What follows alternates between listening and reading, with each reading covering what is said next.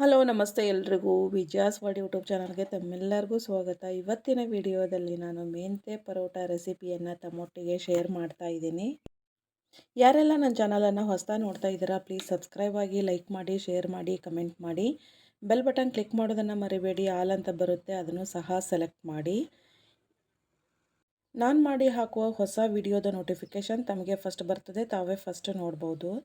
ನಾನಿಲ್ಲಿ 1.5 ಕಟ್ನಷ್ಟು ಮೆಂತ್ಯವನ್ನು ಈ ಥರ ಸೋಸಿ ತೊಳೆದು ಇಟ್ಟಿದ್ದೀನಿ. ನಾನಿಲ್ಲಿ 1/4 kg ಚಪಾತಿ ಹಿಟ್ಟನ್ನು ತಗೊಂಡಿದ್ದೀನಿ. ಇದಕ್ಕೆ ಸ್ವಲ್ಪ ಉಪ್ಪು, ನೀವು ಹಸಿ ಕಡಲೆ ಹಿಟ್ಟಾದರೂ ಹಾಕ್ಕೋಬೋದು.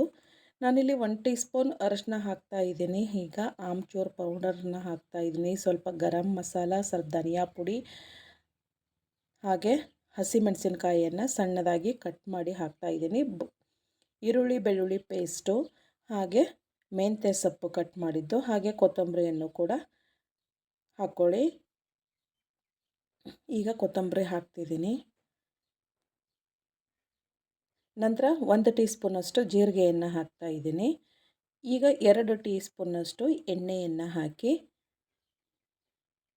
ದಿನ ರೊಟ್ಟಿ ಚಪಾತಿ ಲಂಚ್ ಬಾಕ್ಸಿಗೆ ಹಾಕಿ ಮಕ್ಕಳು ಬೇಜಾರು ಮಾಡ್ಕೊಂಡಿದ್ರೆ ಒಂದು ಸಾರಿ ಈ ಥರ ಪರೋಟವನ್ನು ಹಾಕಿ ನೋಡಿ, ತುಂಬ ಇಷ್ಟಪಟ್ಟು ತಿಂತಾರೆ. ಹಾಗೆ ಚಪಾತಿ ತಿನ್ನೋದ್ರಿಂದ ಬಾಡಿ ಹೀಟ್ ಆಗುತ್ತೆ ಅನ್ನೋದಾದರೆ ಈ ಥರ ಮೆಂತ್ಯ ಸೊಪ್ಪನ್ನು ಹಾಕಿ ಚಪಾತಿಯನ್ನು ಮಾಡಿದರೆ ಬಾಡಿಗೆ ತುಂಬ ಒಳ್ಳೆಯದು, ಹೆಲ್ತಿಗೂ ತುಂಬ ಒಳ್ಳೆಯದು. ಈ ಥರ ಸ್ವಲ್ಪ ನೀರು ಹಾಕಿ ಚಪಾತಿ ಹಿಟ್ಟಿನ ಹದಕ್ಕೆ ಕಲಿಸ್ಕೊಳ್ಳಿ.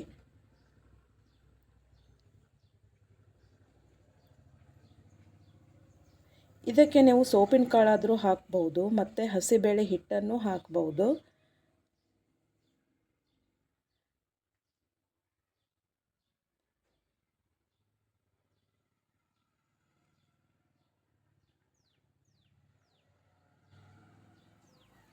ನೋಡಿ, ನೀವು ಮನೆ ಗೋಧಿ ಹಿಟ್ಟಿಂದಾದರೂ ಮಾಡ್ಬೋದು, ಅಂಗಡಿಯಲ್ಲಿ ತಂದಿರೋ ಹಿಟ್ಟಿಂದಾದರೂ ಮಾಡ್ಬೋದು. ನಾನು ಈ ಹದಕ್ಕೆ ಚಪಾತಿ ಹಿಟ್ಟಿನ ಹದಕ್ಕೆ ಕಲಿಸಿದ್ದೀನಿ. ಇದು ನೆನಿಬೇಕು ತುಂಬ ಹೊತ್ತು, ಎಷ್ಟು ನೆನಿತಾವೋ ಅಷ್ಟು ಸಾಫ್ಟಾಗಿ ಪರೋಟ ಬರ್ತವೆ. ಈಗ ಇದನ್ನು ಅರ್ಧ ಗಂಟೆ, ನಾನು 3/4 ಗಂಟೆ ನೆನೆಯಲು ಬಿಡ್ತೀನಿ. ಒಂದು ಪ್ಲೇಟನ್ನು ಮುಚ್ಚಿ ನೆನೆಯಲು ಬಿಡಿ.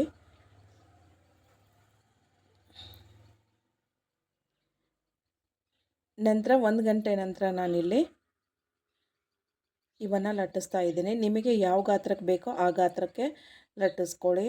ನಮಗೆ ಸ್ವಲ್ಪ ದಪ್ಪನೇ ಇಷ್ಟ, ನಿಮಗೆ ತೆಳ್ಳಗೆ ಬೇಕಾದರೂ ಲಟ್ಟಿಸ್ಬೋದು, ಮಕ್ಕಳಿಗೆ ಚಿಕ್ಕ ಚಿಕ್ಕದಾದ್ರೂ ಲಟ್ಟಿಸ್ಬೋದು. ನೀವು ಮೆಂತ್ಯ ಸೊಪ್ಪು ಕಟ್ ಮಾಡುವಾಗ ಎಲೆಯನ್ನಷ್ಟೇ ತಗೊಳ್ಳಿ, ಇಲ್ಲ ಅಂದರೆ ಪರೋಟ ಹರಿದೋಗ್ಬಿಡ್ತವೆ. ಆದ್ದರಿಂದ ಹಸಿಮೆಣಸಿಕಾಯಿಯನ್ನು ಸಹ ಸಣ್ಣದಾಗಿ ಕಟ್ ಮಾಡಿ ಈ ಥರ ನಾನು ಫೋಲ್ಡ್ ಮಾಡಿ ಸ್ವಲ್ಪ ಹಿಟ್ಟು ಹಾಕಿ ಮತ್ತೆ ಫೋಲ್ಡ್ ಮಾಡ್ತಾ ಇದ್ದೀನಿ, ಯಾಕಂದರೆ ಸ್ಮೂತಾಗಿ ಬರ್ತವೆ ಅಂತ. ಈ ರೀತಿ ರೌಂಡ್ ಶೇಪಲ್ಲಿ ನೀವು ಲಟ್ಟಿಸ್ಕೊಳ್ಳಿ. ನಿಮಗೆ ಯಾವ ಆಕಾರಕ್ಕೆ ಬೇಕೋ ಆ ಆಕಾರಕ್ಕೆ ನೀವು ಲಟ್ಟಿಸ್ಬೋದು. ನಾನು ರೌಂಡ್ ಶೇಪಲ್ಲಿ ಲಟ್ಟಿಸ್ತಾ ಇದ್ದೀನಿ. ಹಿಟ್ಟು ಚೆನ್ನಾಗಿ ನೆಂದರೆ ನೀವು ದಪ್ಪ ಆದ್ರೂ ಸಾಫ್ಟ್ ಪರೋಟ ಸಿಗ್ತವೆ, ತೆಳ್ಳಗಾದ್ರೂ ಸಾಫ್ಟ್ ಪರೋಟ ಸಿಗ್ತವೆ.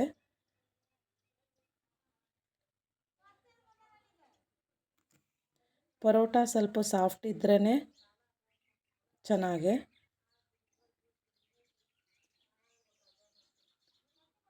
ನೋಡಿ, ಹಂಚಿ ಎಲ್ಲ ನೀಟಾಗಿ ಲಟ್ಟಿಸ್ತಾ ಇದ್ದೀನಿ.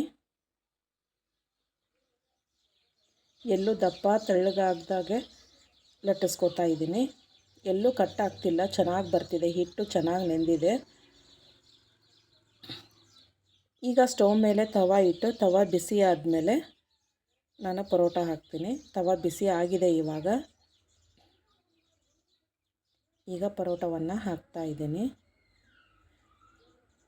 ಇದು ಬೇಯಲಿಕ್ಕೆ ಸ್ವಲ್ಪ ಟೈಮ್ ತಗೊತಿದೆ, ಯಾಕಂದರೆ ಅದರಲ್ಲಿ ಸೊಪ್ಪಿರುತ್ತಲ್ಲ, ಸೊಪ್ಪು ಸಹ ಸಂಪೂರ್ಣವಾಗಿ ಬೇಯಬೇಕು, ಅದಕ್ಕೆ ಸ್ವಲ್ಪ ಟೈಮ್ ಬೇಕು. ಬೇಗ ತಿರುಗಿಸಿ ಹಾಕಬೇಡಿ.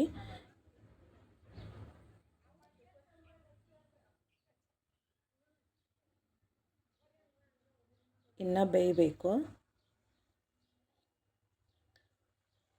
ಒಂದು ಸೈಡು ಸಂಪೂರ್ಣ ಬೆಂದರೆ ಮತ್ತೊಂದು ಸೈಡು ಬೇಯಿಸ್ಕೊಳ್ಳಿ. ಯಾರೆಲ್ಲ ನನ್ನ ಚಾನಲನ್ನು ನೋಡಿ ಪರೋಟ ಮಾಡಿದರೆ ಕಮೆಂಟ್ ಬಾಕ್ಸಲ್ಲಿ ತಿಳಿಸೋದನ್ನು ಮರಿಬೇಡಿ. ನನ್ನ ವಿಡಿಯೋ ನಿಮಗೆ ಇಷ್ಟ ಆದರೆ ನಿಮ್ಮ ಫ್ಯಾಮಿಲಿ ಫ್ರೆಂಡ್ಸಿಗೆ ಶೇರ್ ಮಾಡಿ, ಒಂದು ಲೈಕ್ ಕೊಡೋದನ್ನು ಸಹ ಮರಿಬೇಡಿ. ನೋಡಿ ಈ ಥರ ನೀಟಾಗಿ ಬೇಯಿಸ್ಕೊಳ್ಳಿ. ನೀವು ಎಣ್ಣೆಯನ್ನಾದರೂ ಹಚ್ಬೋದು, ಬೆಣ್ಣೆಯನ್ನಾದರೂ ಹಚ್ಬೋದು, ತುಪ್ಪವನ್ನಾದರೂ ಹಚ್ಚಿ ಬೇಯಿಸ್ಬೋದು. ನಾನಿಲ್ಲಿ ಎಣ್ಣೆಯನ್ನು ಹಚ್ಚಿ ಬೇಯಿಸ್ತಾ ಇದ್ದೀನಿ.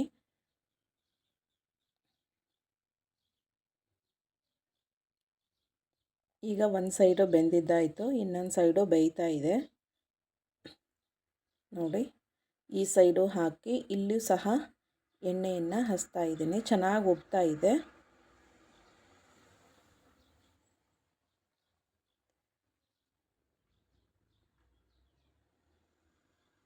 ಪರೋಟ ಹಿಟ್ಟು ಕಲಸಿಟ್ಟಾಗ ನೆನೆಬೇಕು. ಎಷ್ಟು ಜಾಸ್ತಿ ನೆನೆಯುತ್ತೋ ಅಷ್ಟು ಚೆನ್ನಾಗಿ ಪರೋಟ ಬರ್ತವೆ. ನೋಡಿ ಇದು ಗಟ್ಟಿ ಮೊಸರು ಕೆಂಪು ಚಟ್ನಿಗಂತೂ ತುಂಬ ಚೆನ್ನಾಗಿರುತ್ತೆ. ಈಗ ಇನ್ನೊಂದು ಸಹ ಬೇಯಿಸ್ಕೊತೀನಿ.